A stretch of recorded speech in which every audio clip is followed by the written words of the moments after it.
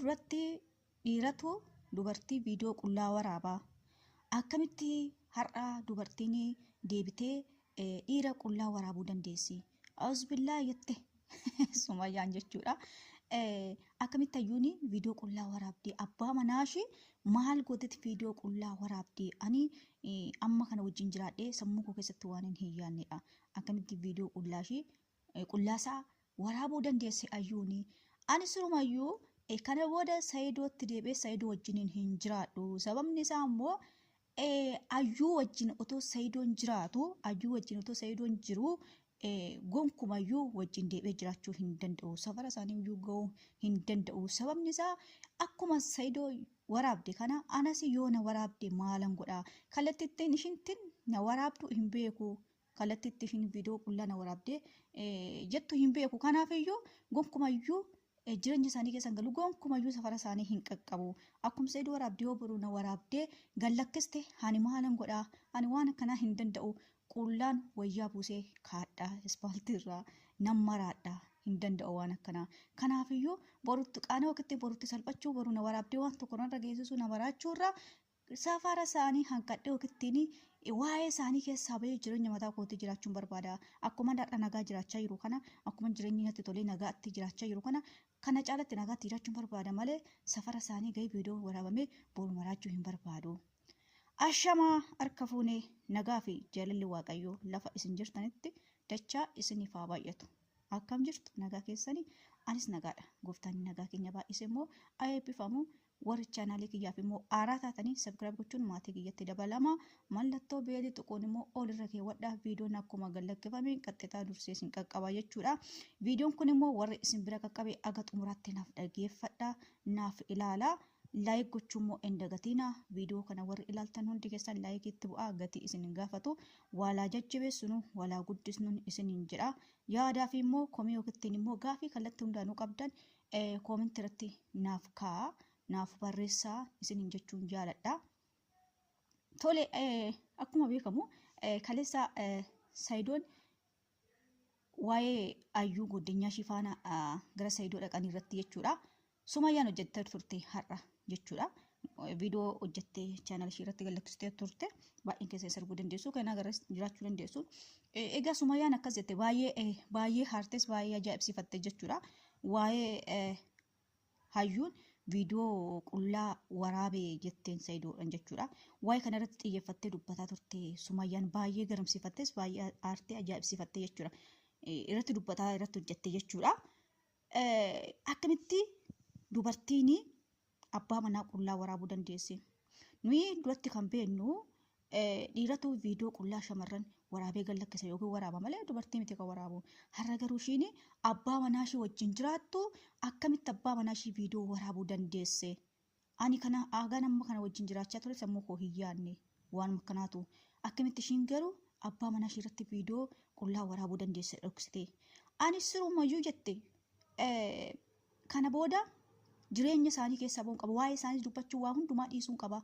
Ani deebi'ee Saayidoo faana kana booda sirumayyuu jiraachuu hin danda'u.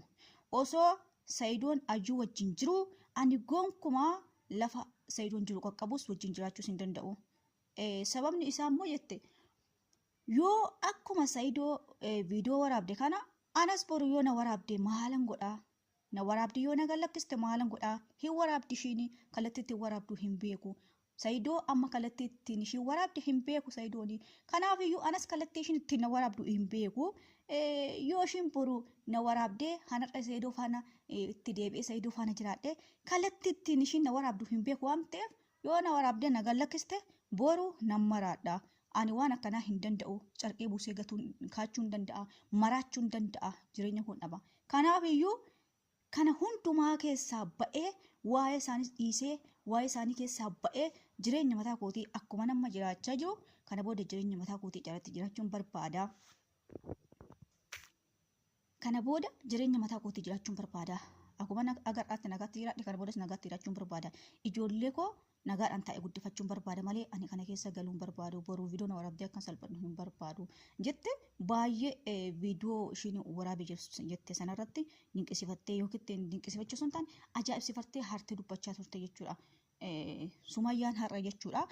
Kana bicha osoo hin taane isa ishiin na jetteen akka waan Saidoon ishii gabbaruu yookiin immoo narraa adda baatee sodaatee waan akka waan ishii gabbaruutti ishiin seetee na jetteeni. Garuu Saidoon ishii salacha'ee jira. Durumaan ishiitti maraate malee Saidoon jaalatee miti. Kanaafiyyuu akka waan inni ishii gabbaruutti yaaddee barbaaddee yookiin akkanatti sammuu ishii keessatti fudhatteeti dhuftee garsaatti na ittiin jetteeni. Saidoon garuu immoo salacha'ee jira sumaaju jette. Ishii salacha'ee jira, jibbee salacha'ee jira.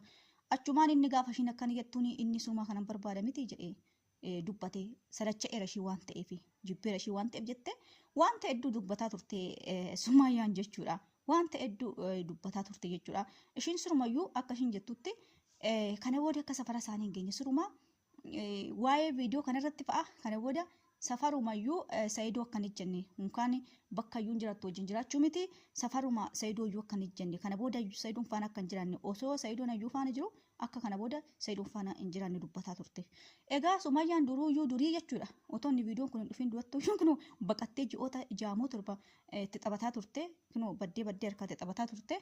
Ishiin ammattuu waa'ee viidiyoo kana dhageessetti kana booda bakka qaxee irraa jetti. Yoo Saidoon tarii hayyuu faana gargar beelmoo kun naaf caala.